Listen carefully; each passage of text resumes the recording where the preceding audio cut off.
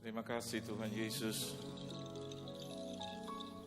untuk kebaikan Tuhan yang tidak pernah berubah di dalam kehidupan kami. Terima kasih untuk penyertaan dan pembelaan Tuhan sepanjang hidup kami. Terima kasih untuk waktu Tuhan, terima kasih untuk kehidupan, untuk nafas, untuk kesehatan yang kami masih boleh terima sampai hari ini.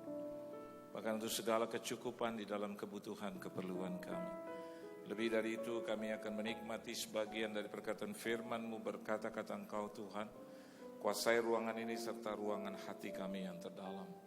Di dalam nama Tuhan Yesus Kristus kami sambut firman-Mu yang luar biasa. Haleluya. Amin. Beri tepuk tangan dulu yang meriah buat Tuhan. Silakan saudara duduk. Shalom.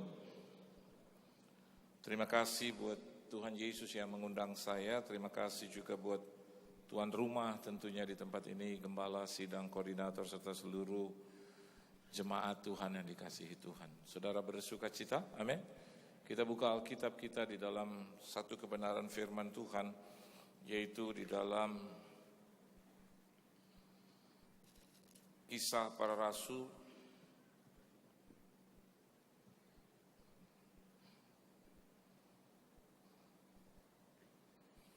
pasalnya yang pertama,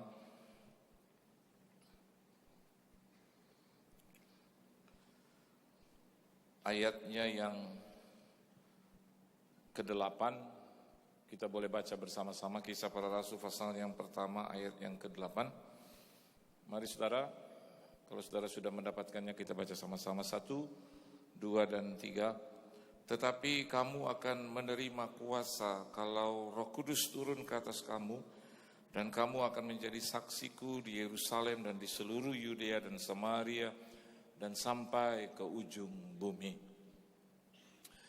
Kata-kata ini diucapkan oleh Tuhan Yesus Kristus pada saat dia masih ada di muka bumi. Kalau Anda perhatikan di ayat yang ke-9, baru sesudah ia mengatakan demikian terangkatlah ia disaksikan oleh mereka. Jadi ternyata pengangkatan Tuhan Yesus Kristus itu sendiri juga disaksikan oleh murid-murid. Dan bahkan ketika dia terangkat ke sorga, dia janjikan roh yang hebat itu yang akan diturunkan dan menjadi bagian di dalam kehidupan kita. Menarik untuk kita bisa melihat janji yang diucapkan Yesus kepada murid-murid pada saat itu. Alkitab katakan bahwa mereka akan menerima kuasa itu. Dan hari ini bentuk dari pengertiannya adalah saya dan Anda juga akan menerima kuasa itu. Bukankah itu yang kita perlukan di dalam kehidupan sehari-hari kita?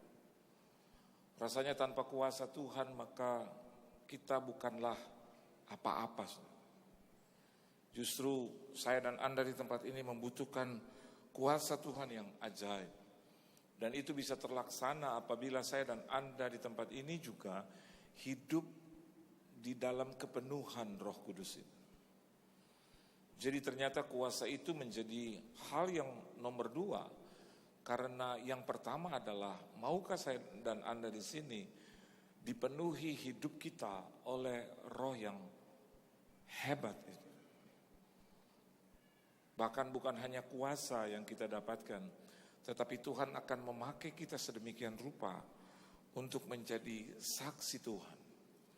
Alkitab katakan di keluarga kita Yerusalem, seluruh Yudea, mungkin rekan-rekan teman-teman seiman kita, bahkan sampai ke Samaria dan sampai ke ujung bumi, bahkan ke seluruh orang, teman, daerah, tempat yang mungkin masih asing bagi kita.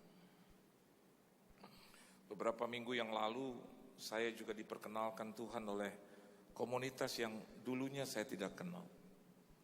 Dan di dalamnya ternyata banyak orang-orang yang belum dan tidak percaya kepada Yesus.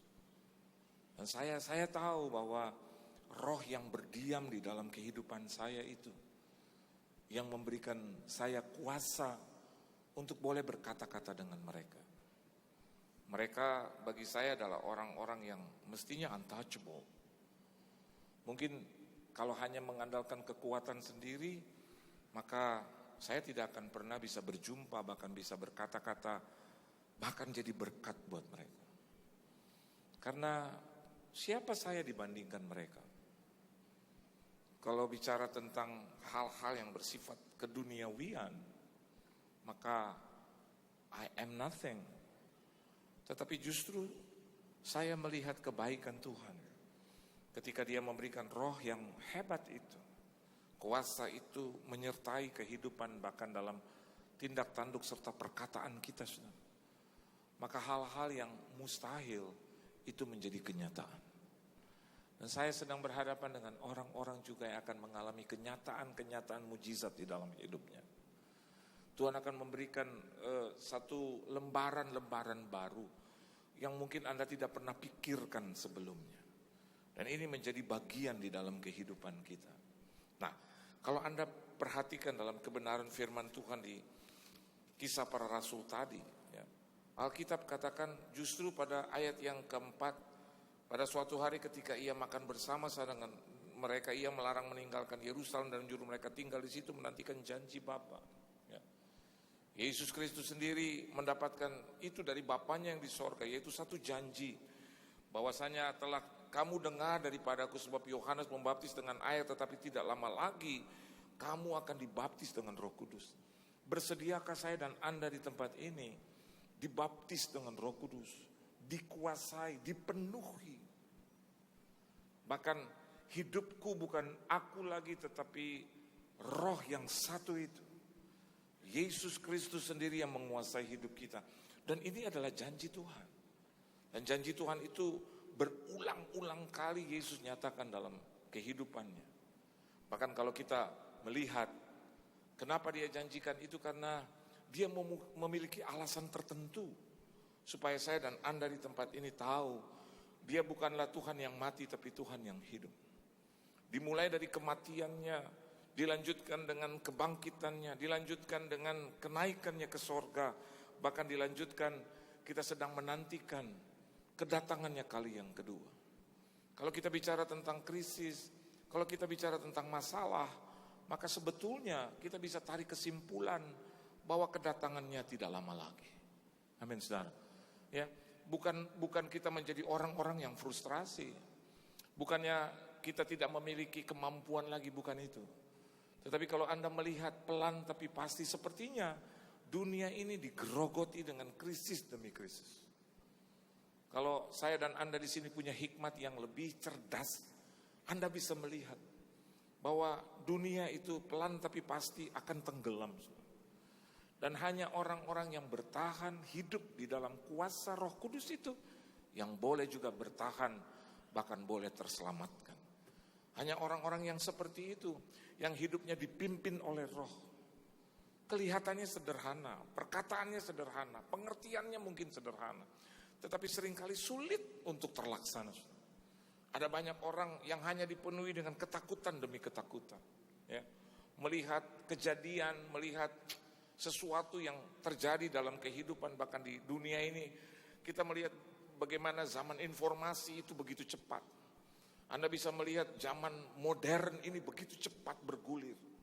Bahkan ada seseorang yang naik tiba-tiba dia turun. Anda juga bisa melihat gedung itu, ya, dulunya adalah gedung yang hebat atau runtuh. Kita juga bisa melihat bagaimana negara yang hebat tiba-tiba runtuh, terpecah-pecah.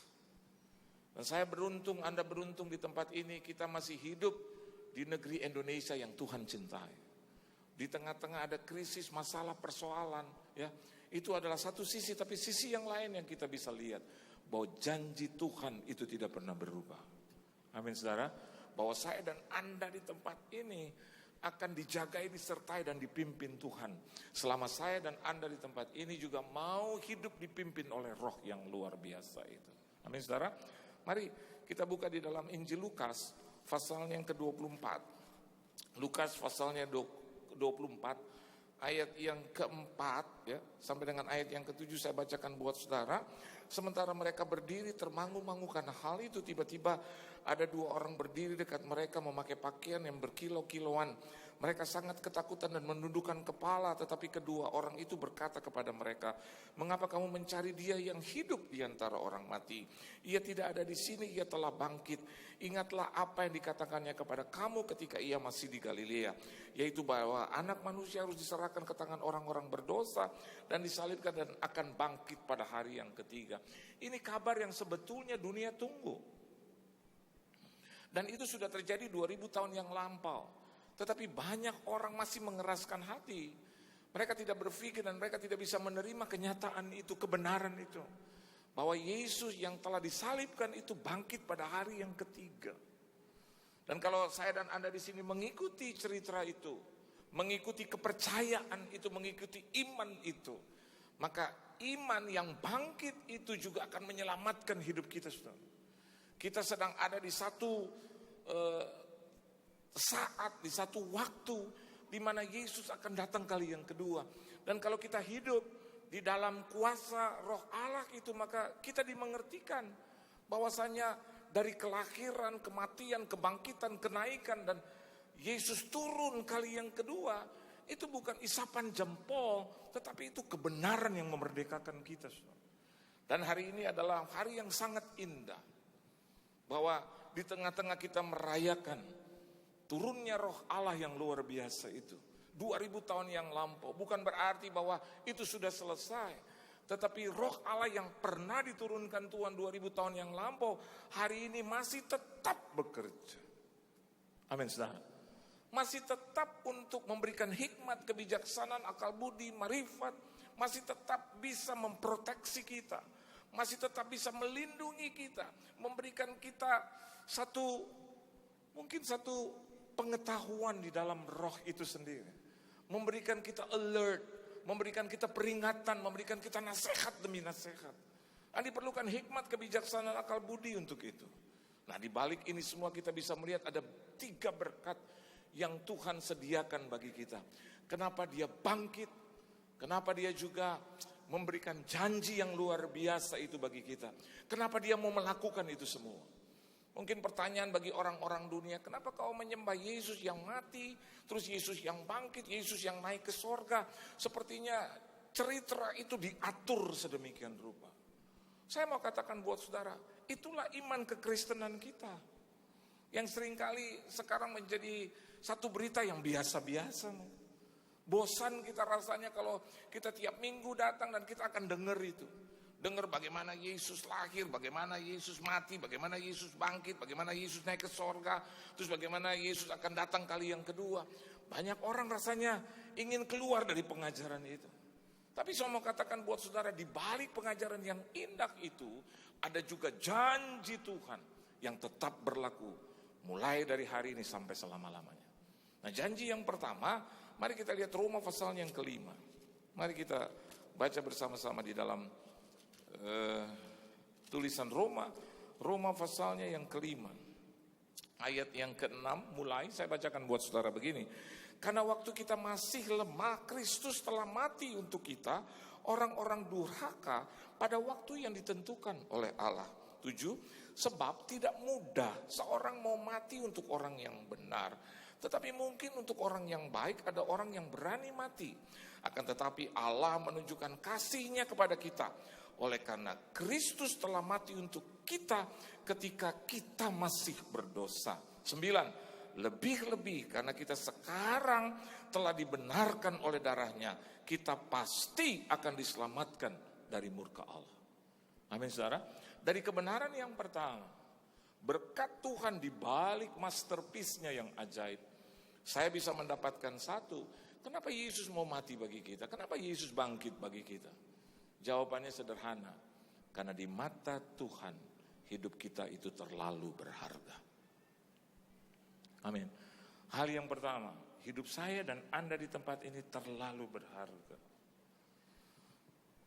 Tapi seringkali kita tidak menghargai hidup kita sendiri. Kita melakukan hal-hal yang tidak perlu sebetulnya. Sekali lagi, hanya orang-orang yang merasakan bahwa hidupnya itu tidak berharga, maka di dalam kehidupannya dia isi dengan hal-hal yang tidak perlu. Tapi di mata Tuhan, dia mau mati dan bangkit bagi kita. Karena bagi dia hidup saya dan hidup Anda terlalu berharga. Amin, saudara. Nah, hal-hal yang mestinya tidak perlu kita kerjakan. Yang pertama, saya bisa catat bahwa jangan lakukan hal-hal yang memang tidak perlu kita lakukan. Seperti apa? Contoh, ada banyak orang isi hari-hari hidupnya dengan main game. Isi hari-hari hidupnya dengan gadget terus. Sorry to say, sepertinya Alkitab kalah dengan yang begituan. Cerita tentang Tuhan kalah dengan yang begitu. Bahkan suka dicuri, dirampok, di gereja aja juga masih ada yang begitu. Rasa-rasanya imannya dijempol. Aduh, orang kalau udah main itu, saya suka lihat anak-anak dari teman saya gitu. Sementara kita ngobrol, itu mata dan itu jempol terus. Saya tidak bilang salah, tapi ada orang dari bangun tidur sampai mau tidur, udah tidur, ada ping bisa bangun, ping itu apa ya? Dia punya perasaan, dia punya simulasi dari darah atau otak itu cepet. Tapi kalau dengar suara roh Tuhan lambat.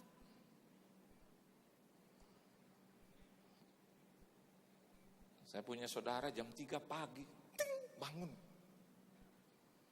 Tapi aneh. Kalau bangun pagi padahal udah pakai alarm, nggak bisa dibangun. Saya bilang sama istri saya, kasih itu aja message terus bunyi ping, pasti dia bangun. Udah kita masukkan message terus bunyi ping, bangun. Rasanya itu kuping terlatih untuk ping, ping, ping, bangun. Saya yakin dan percaya bahwa Tuhan mengizinkan gadget, modernisasi itu bukan untuk mempermalukan dia. Amin, saudara. Tapi justru untuk mempermuliakan dia. Amin. Dulu saya cerita di bawah. Ada seorang hamba Tuhan 8-10 tahun yang lalu. Saya lupa itu. Lagi masa-masanya ping-pingan terbit gitu.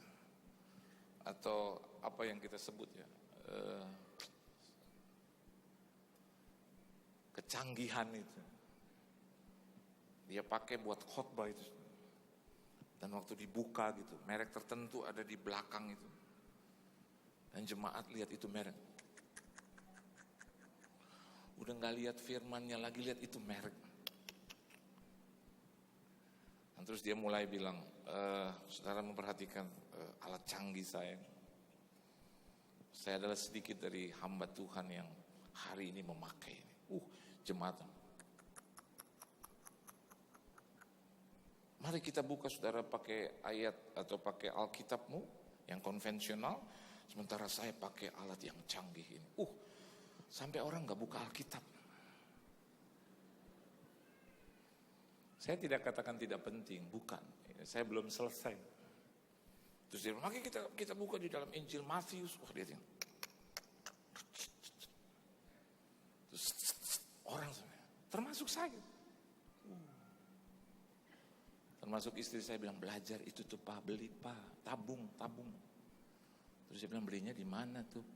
Mah, nggak tahu, ntar habis dia khotbah tanya belinya di mana. 20 menit kemudian dia lagi khotbah. Terus dia bilang, kita buka di dalam Ulangan. Ternyata hang. Jemaat udah siap dengan Ulangan, dia belum mengulang-ulang. Terus dia bilang, sebentar saudara, mengalami gangguan. Jemaat udah mulai. Akhirnya dia betulkan 3-4 menit nggak dapat. Dan tanpa malu-malu, jemaat tolong pinjam Alkitabnya. Ya. Ternyata yang canggih sekalipun, ya, yang terbaik juga yang datangnya dari Tuhan. Amin, saudara. Ya. Sekarang zaman GPS di mobil nggak salah. Ya. Kalau saya cari gereja di Jakarta, kalau anak saya yang setir, gitu, saya tanya sama istri saya, "Ma, alamatnya di mana?" Terus istri saya, "Ini loh Pak, jalan ini itu di mana?" Gitu. Aduh. Atau kalau saya ada di satu kota gitu ya, dengan driver, atau saya ada katakanlah di Bandung, terus saya terjebak dalam kemacetan, kita mau makan sementara gereja yang undang saya itu sudah jalannya jauh. Terus saya bilang, "Aduh, di mana nih, nyasar di mana? Saya nggak tahu nih, mana satu arahnya banyak." Anak saya suka bilang, "Wah, tenang aja Pak, zaman udah canggih, nggak usah tanya-tanya dia, tanya aja sama GPS." Langsung ting ting ting, kiri, turn left, ting, turn around, go right. Wih, ting. Saya tuh sampai terkaget kan. Wih, bener nih Kak, bener. Papa jadi pendeta yang maaf nih, norak. Iya. Tiba-tiba udah putar ke kanan, mati. Terus saya tanya, "Ini kiri kanan Kak?" "Nggak tahu lagi Pak. Udah mati nih kayaknya nih." Nah, saya ayo terus kanan apa kiri, cepet nih. Ayo, di belakang udah tin. Nggak tahu nih Pak. Ini kok jadi rusak begini. Ayo kiri kanan, depan atau belakang. Aduh. Saya bilang udah di pinggir jalan aja. "Papa telepon dong orang gerejanya, dari awal aja tadi kita telepon orang gerejanya." Ya. Saya tidak katakan itu salah, itu bisa mendukung kehidupan kita, tapi jangan terjebak. Ya. Mana-mana dengar firman, aduh ping-pingan gitu. DMN di mana? Dijawab sana, gitu. Terus ngapain? JM BRP jam berapa? Oke deh, kadang oke cuman KD. Saya pikir itu Krisdayanti KD gitu. Saya bilang, "Kakak, kok ini tulisannya KD, itu artinya oke deh." Aduh, guanya yang terlalu goblok gitu. Apa dia yang terlalu irit itu loh, saudara. Ya. Banyak kita wasting our time dengan melakukan hal-hal yang tidak perlu. Ya. Dan yang kedua, ya, rencanakan juga hidup kita. Kita waste our time kalau kita tidak punya rencana dalam hidup. Amin, saudara. Ya. Kita harus punya rencana, habis ini kemana,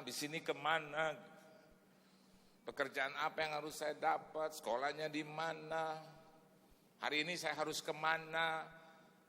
Harus direncanakan hidup itu dengan baik. Kita tahu bersama bahwa Tuhan punya rencana yang sempurna dalam hidup kita, tapi sebagai orang yang percaya kita juga harus rencanakan hidup kita. Saya tahu bahwa pelayanan saya itu datangnya dari Tuhan, tapi saya selalu bisa berikan kepada istri saya untuk, ayo rencanakan jadwal pelayananku. Kadang ke sana, kadang ke sini, kadang ke situ. Dan saya percayakan istri saya penuh untuk atur pelayanan saya. Dari gereja ini, dari satu kota ini, dari negeri ini, dia. Kadang daerah yang saya tidak kenal. 2 minggu kemudian baru dia beritahu, "Pak, jangan lupa 2 minggu lagi ke Gorontalo." Saya bilang, "Jalan Gorontalo atau kita ke Gorontalo?" "Gorontalo, Pak." "Daerah mana itu?" "Manado terus." Wah, berdua kita mah enggak, sendiri Pak kamu. Dalam hati saya, aduh mah kenapa kau yang atur, terus gue yang jalanin mah. Terus dia bilang, "Ayo siapa yang pendeta, siapa yang istri?" Ya itu betul, aku yang pendeta. Saya jalan ke Gorontalo, aduh, yang jemput saya itu jenggotnya panjang. Saya pikir dia bukan orang Kristen. Terus pakai topi itu lagi. Jadi dia bulak-balik, saya juga bulak-balik. Terus enggak lama dia tegur saya, "Shalom." Saya bilang, "Shalom." Karena jenggot dan kumisnya itu tebal, jadi mulutnya itu enggak kelihatan.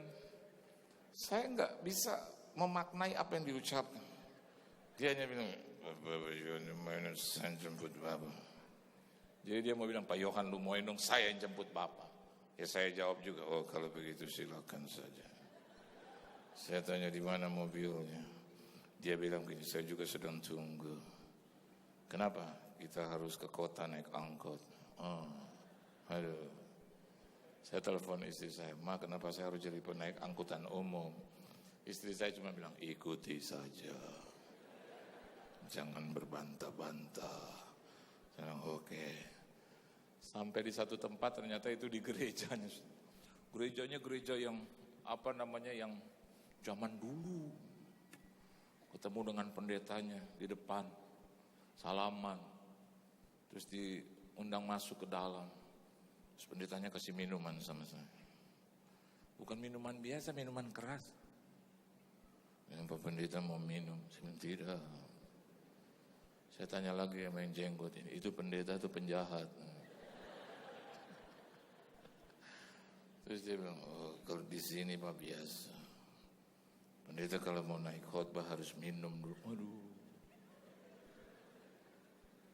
Saya tanya supaya apa? Supaya ayat-ayatnya ngumpul semua. Kami biasa Pak begitu, Pak. Supaya panas badan. Dalam hati saya panas badan untuk cari Roh Kudus. Saya bilang saya nggak biasa minum. Oh kalau begitu biar pendetanya saja minum. Habis dia minum ngobrol-ngobrol baru dia bilang sama saya, Pak Pendeta merokok. Oh tidak. Saya mau bilang ini Kristen apa bukan? Begitu selesai baru, oke Pak Pendeta silakan diantar lagi. Saya bilang saya tidur di mana? Terus dia bilang, oh ini di balik gunung ini. Gunung mana? Dia kasih lihat jendelanya. Itu gunung, di belakang gunung itu. Saya lihat itu berapa meter? Tidak jauh. Bapak lihat itu? Iya, di balik itu. Waduh. Saya seperti lihat waktu jendelanya dibuka kayak pemandangan. Seperti lukisan. Itu lukisan atau gunung betul? Gunung betul. Bapak hanya cuma naik mobil dari sini, di balik gunung itu tempat tinggal Bapak. Oh, berapa lama? Nanti Bapak rasakan sendiri. Saya ikuti naik mobil, nggak nyampe-nyampe. Saya bilang apa gunungnya berpindah-pindah atau kitanya nggak jalan-jalan? Terus baru 1 jam baru sampai di situ. Aduh, ternyata itu rumah-rumah panggung. Dan saya sampai situ sudah menjelang malam. Akhirnya habis mandi gitu, baru saya tidur. Semalam-malaman saya nggak bisa tidur. Saya pikir kayak ada roh jahat di situ.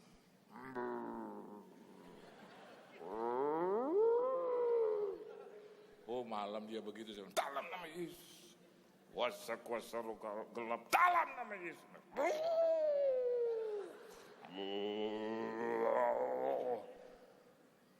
Saya SMS-an istri saya, Ma, kamu tinggali saya di rumah setan apa di rumah apa? Dia tanya ada apa Pak? Aduh susah gue ceritain. Tapi ini suara terus. Saya pikir kalau dia datang, saya dalam nama Yesus. Kalau dia nggak lari juga saya ngelari lah. Sampai jam 2, sampai saya bosan itu strap dalam nama Yesus, ketiduran juga.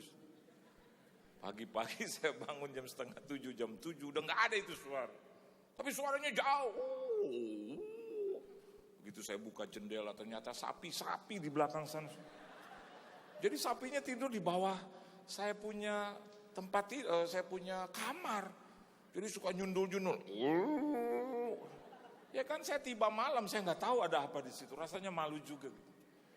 Tapi kalau saya tidak merencanakan pelayanan, istri saya tidak merencanakan pelayanan, mana bisa saya bisa cerita di Surabaya tentang Gorontalo. Amin. Mana bisa saya ceritakan tentang Ambon. Mana bisa saya ceritakan tentang Papua. Mana bisa saya ceritakan tentang daerah-daerah lain di bumi Indonesia. Bagaimana mungkin? Itu semua juga melalui perencanaan yang matang. Saya tidak sedang menyia-nyiakan hidup saya. Dan yang ketiga, bukan hanya tidak melakukan hal-hal yang tidak perlu dan juga harus merencanakan hidup kita. Hal yang ketiga, saudara, Menyia-nyiakan hidup kita adalah dengan banyak mengeluh dan berkata-kata negatif. Seringkali kena masalah sedikit ngeluh. Putus cinta ngeluh.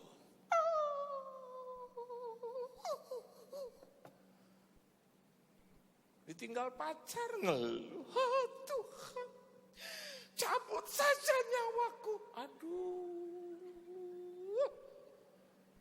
Padahal siapa sih dia? Gak bisa Pak Pendeta, saya gak bisa hidup tanpa dia. Ada seorang anak muda di satu gereja di Jakarta, bisa saya keluar bicara tentang iman, tetap percaya. Dia datang ke saya, terus gak bisa saya hidup tanpa dia Pak Pendeta. Terus dia pegang jas saya, dia tarik-tarik, Pak Pendeta. Saya bilang, shh, mana perempuan, tarik-tarik jas. Apa kata dunia gitu loh. Saya bilang, shh, dek sebentar. Yang tinggalin kamu, saya bilang, pacar saya. Ya kan bukan saya. Kenapa lo tarik-tarik jas gue? Enggak Pak Pendeta, tolong. Lama-lama koordinator kumpul. Lalu mereka curiga sama saya. Ada apa Pak? Enggak tahu. Terus baru dia cerita, begini Pak, Bu, saya ditinggal pacar. Ya jangan ituin Pak Pendeta dong. Terus saya keluar dari WC juga. Ada apa Pak? Ada apa? Ada story apa? Kok story sih? Ini. Terus dia bilang, Pak kami udah 2 tahun Pak. Kami mau menikah. Terus janji dia tidak sesuai. Terus sekarang dia pergi. Terus Pak Pendeta jangan bercanda dong. Kan belum habis terus baru dia bilang, dia sudah sama perempuan lain. Ya udah, saya bilang, kamu umur berapa? Saya umur 21. Ya udahlah. Saya pikir kamu umur 78. Baru 21. Tapi enggak ada lagi Pak Pendeta orang seperti itu. Banyak. Tadi saya mau bilang, mana fotonya? Dia bilang, itu membekas di hatiku. Dia ngomong apa juga saya diam. Akhirnya, Pak Pendeta apa yang harus saya lakukan? Percuma kalau saya ngomong apa, kamu ngomong terus, ngeluh terus. Terus nangis. Saya makan permen, minum dulu. Terus dia bilang, Pak Pendeta apa yang harus saya lakukan? Nih, udah lupakan. Nanti Tuhan bisa kasih yang terbaik. Tapi udah diam. Udah. Sini saya berdoa. Saya pegang kepalanya. Kan memang adanya pikiran itu di kepala. Saya pegang dia punya rambut. Dalam nama Yesus. Memang harus dikocok-kocok ini. Banyak yang gak beres di sini. Kalau itu saudara saya ketok dalam nama Yesus kan. Saya pegang dari depan sampai belakang, dalam nama Yesus. Tuhan, gemes amat gue sama dia nih. Jas gue udah diacak-acak. Kayaknya kita mau acak-acak rambutnya. Akhirnya saya bukan pukul, saya dorong dalam nama Yesus. Terus dia, enakan Pak Pendeta. Kalau kurang, gue dorong lagi nih. Udah, percaya. Nanti tiap kali ada aktivitas, kalau bayangan dia masuk, kamu harus renungkan Yesus aja. Udah, jangan berpikir yang negatif, jangan mengeluh. Beberapa minggu yang lalu, ketemu saya di gereja itu. Pak Pendeta. Saya udah ini saya cabutin rambutnya nih satu-satu. Dia bilang, Pak doain dong. Doain apa lagi? Tuhan tuh baik ya Pak. Kenapa? Yang begini kita harus curiga terus. Kenapa? Tuhan tuh baik Pak. Baik apa? Bentar ya Pak ya. Ini cowok saya lagi ke WC.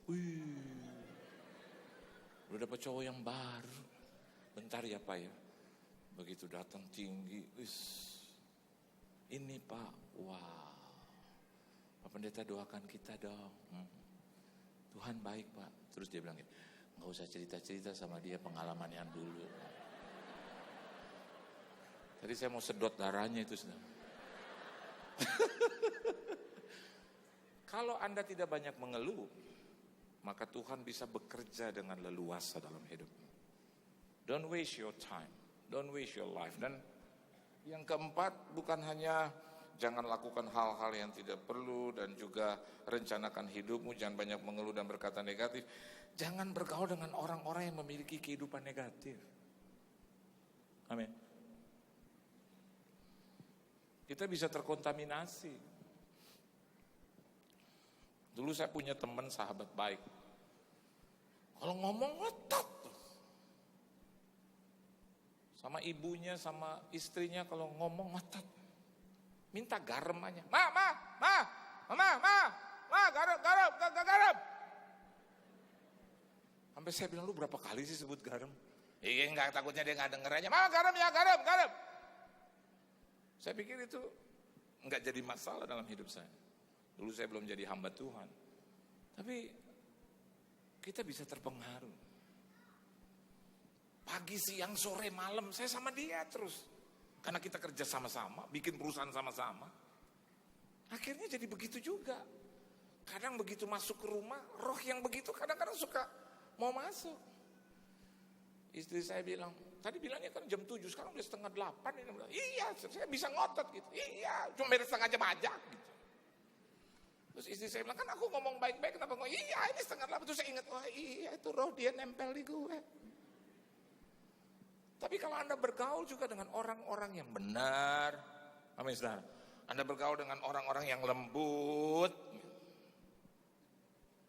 Saya punya ibu lembut benar.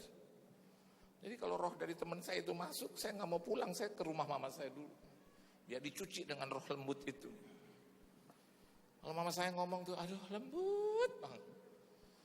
Sampai saya suka bilang sama istri saya waktu kami pacaran. Tuh kamu gaul sama ibuku. Belajar dari ibuku. Wah ibu saya kalau ketemu istri saya gitu. Halo Sri, dari mana? Istri saya tuh harus jawab, dari tadi mah. Lembut. Kalau ngomong juga tangannya jarang teracung. Cuma, kamu gak boleh gitu.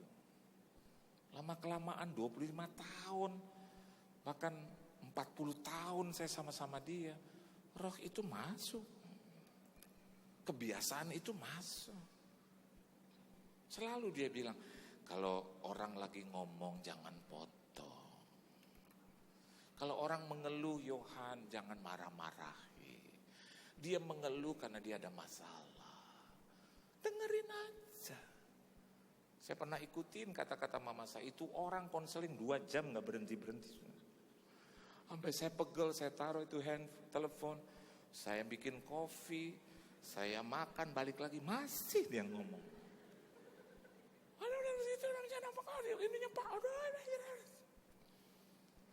Saya tanya mama saya, kalau ketemu orang-orang yang begitu bagaimana? Cuman mau didengarkan. Dengerin aja. Gak usah potong-potong, nanti kamu jadi beklai sama dia. Kalau Anda juga menjaga, Anda punya pergaulan dengan orang-orang yang benar di hadapan Tuhan, maka kita juga bisa menjaga kebenaran itu. Dan yang terakhir, jaga kesehatan.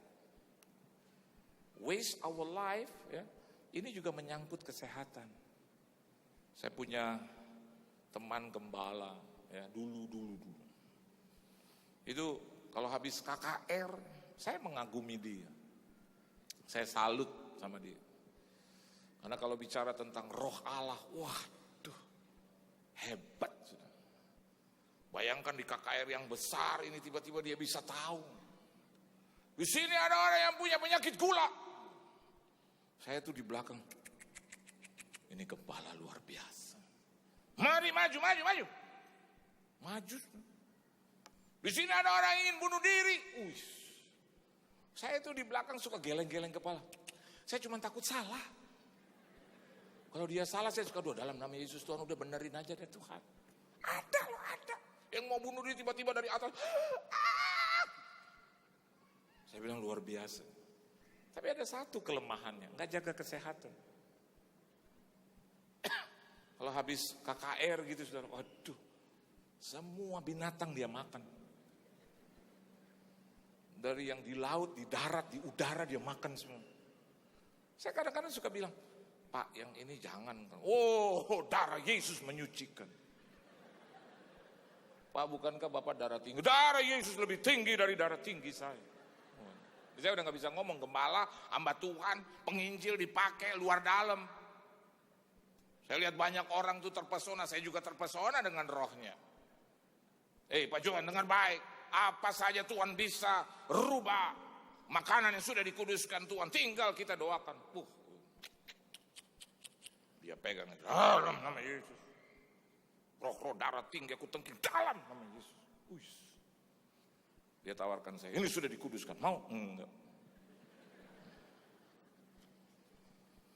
Akhir hidupnya komplikasi. Dan sulit untuk melakukan kegiatan lain. Hidupnya penuh penyakit. Saya kadang juga kalau pelayanan banyak, mama saya suka bilang, jaga kesehatan. Saya tempatkan pekerjaan Tuhan itu di urutan berikut. Melayani Tuhan itu perlu. Ya. Tapi kadang kalau sampai menghabiskan dan lupa bahwa kita harus jaga kesehatan.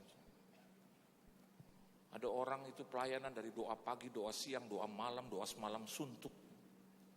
Kebaktian kaum ibu, kebaktian tengah minggu, kebaktian hari minggu, pelayanan pagi, siang, sore, malam. Nggak salah. Tapi akhirnya ujung-ujungnya juga ya, didiagnosa, divonis. Kenapa? Karena tidak jaga kesehatan. Saya tutup firman Tuhan pada sore hari ini. Ada 3 perkara ya, berkat Tuhan di dalam kehidupan kita mengenai janji Tuhan, tapi mengingat waktu dan juga perjamuan kudus di tengah-tengah kita. Camkan itu Anda pulang. Kenapa Yesus menyelamatkan kita? Karena hidup kita berharga di mata Tuhan. Oleh sebab itu, kita pakai hidup kita untuk banyak juga menyenangkan hati Tuhan. Kita pakai hidup kita juga Tuhan untuk mempermuliakan Tuhan. Kita pakai hidup kita dengan tidak menyia-nyiakan hidup itu sendiri. Bukankah tubuh ini adalah bait Allah? Maka kita harus juga jaga sedemikian rupa supaya bait Allah ini tidak dikotori. Dengan apa? Dengan hal-hal yang tidak perlu. Dengan apa? Dengan hidup sembarangan, sembrono. Kita harus rencanakan hidup itu dengan baik. Dengan apa? Tidak banyak mengeluh dan mengeluarkan kata-kata yang negatif. Dengan apa? Bergaul dengan orang-orang yang benar. Bergaul juga dengan orang-orang yang memiliki iman, pengharapan dan kasih itu. Dengan apa? Dengan menjaga kesehatan kita. Maka kita sedang ada dalam tracknya Tuhan. Hidup kita berharga di mata Tuhan. Tuhan memberkati saudara. Beri tepuk tangan yang meriah buat Tuhan. Tunduk kepala kita berdoa. Terima kasih Tuhan Yesus untuk firman-Mu, hamba-Mu boleh selesai, tetapi Engkau belum selesai. Nah, kami pulang, kami bawa paradigma, kami bawa pengajaran ini. Engkau mati, Engkau bangkit, Engkau naik ke sorga, Engkau mencurahkan roh-Mu yang kudus itu bagi kami semata-mata karena di pemandangan-Mu, di mata-Mu hidup kami berharga. Oleh sebab itu, kalau Engkau saja sudah mengatakan demikian, ajar kami juga untuk menghargai hidup kami, menghargai anugerah Tuhan yang Engkau sudah curahkan. Khususnya pada hari ini kami memperingati roh-Mu yang turun di tengah-tengah kami. Ajar kami untuk menghargai roh Tuhan yang berdiam dalam hidup kami. Untuk tidak menyia-nyiakan hidup kami. Kami harus melakukan hal-hal yang berguna. Kami harus melakukan hal-hal yang perlu. Bukan hal-hal yang tidak berguna dan yang tidak perlu. Terima kasih Tuhan untuk nasihat, teguran, untuk ajaran-Mu. Berkati jemaat-Mu yang hadir, keluarga, rumah tangga, bisnis, usaha, mata pencarian, pekerjaan, perusahaan, perekonomian, kesehatan mereka, penghasilan mereka Engkau berkati. Engkau berkati studi, pendidikan, pergaulan mereka, jodoh mereka Engkau berkati. Bahkan Engkau berkati kesehatan mereka, Engkau berkati pelayanan gereja mereka. Di mana saja mereka berada diberkati dan jadi berkat. Di dalam nama Tuhan Yesus Kristus kami telah diberkati Tuhan. Haleluya. Amin. Ku beri kemuliaan